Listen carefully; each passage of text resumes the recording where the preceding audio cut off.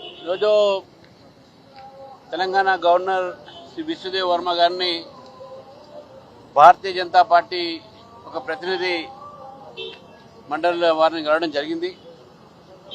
శ్రీ మహేశ్వర్ రెడ్డి గారు మా floor leader, అదేవిధంగా అంజిరెడ్డి గారు, కొమరయ్య గారు, అదేవిధంగా మా జనరల్ సెక్రటరీస్ అనేటువంటి ఒక గౌతమ్ రావు గారు, వీరేందర్ గౌడ్ గారు, వేముల అశోక్ గారు, మా ఒక పార్టీ జిహెచ్ఎంసీలో ఫ్లోర్ లీడర్ శంకర్ యాదవ్ గారు, deputy floor leader Radha Dheeraj Reddy గారు, మేమంతా కూడా గవర్నర్ గారిని కలిసి ఏదైతే రాష్ట్ర ప్రభుత్వం HILT Hyderabad industrial land transformation ఏదైతే తీసుకొచ్చారో ఈ యొక్క జియోని భారతీయ జనతా పార్టీ వ్యతిరేకిస్తూ దీనివల్ల అనేక మందికి ఈరోజు నష్టం జరిగేటటువంటి అవకాశాలు ఉన్నాయి.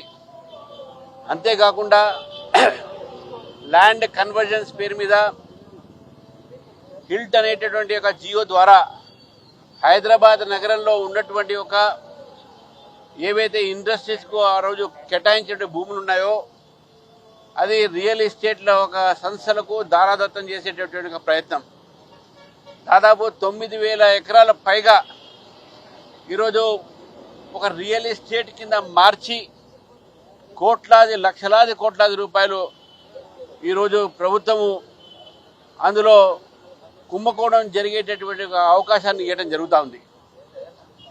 ఈ సందర్భంగా హిల్ట్ అనేటటువంటి ఒక పాలసీ ఏది ఉందో దీని ద్వారా ప్రభుత్వం ఒక ఖజానా నింపడానికి చేస్తున్నటువంటి ఒక నేపథ్యంలో ఈ భూములన్నీ కూడా అనేక సంవత్సరాల క్రితము ఇండస్ట్రీస్కి అలాట్ అయినాయి.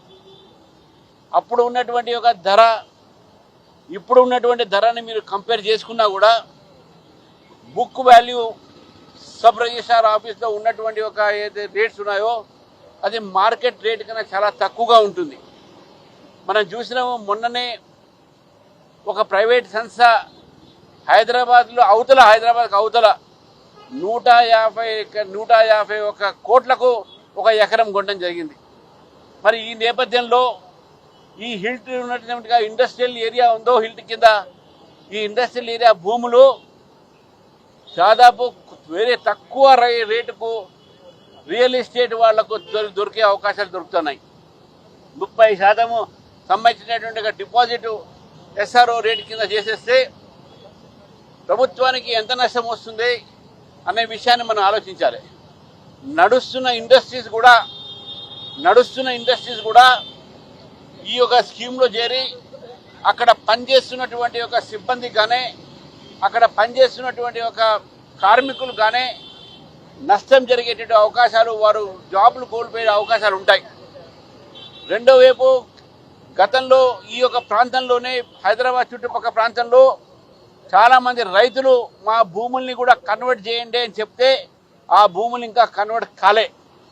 కానీ ఇండస్ట్రియల్ భూమిని మాత్రం రియల్ ఎస్టేట్ కోసం మాత్రం చేస్తూ ఉన్నారు.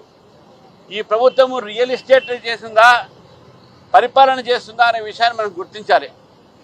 ఏదైనప్పటికీ కూడా ఈ ప్రభుత్వం వ్యతిరేకంగా ఈ యొక్క పాలసీస్ వ్యతిరేకంగా ప్రజా వ్యతిరేక ఏవైతే విధానాలు అవుతున్నాయో ఈ ప్రభుత్వాన్ని, దీంతో పాటు 6 గ్యారంటీలు 421 వాగ్దానాలు చేసినటువంటి ప్రభుత్వం ఏదైతే ప్రజా ఒక పరిపాలనలో వీళ్ళు విఫలం చెందారు, ఏ గ్యారంటీ కూడా ఈరోజు ప్రజలకు అందట్లేదు.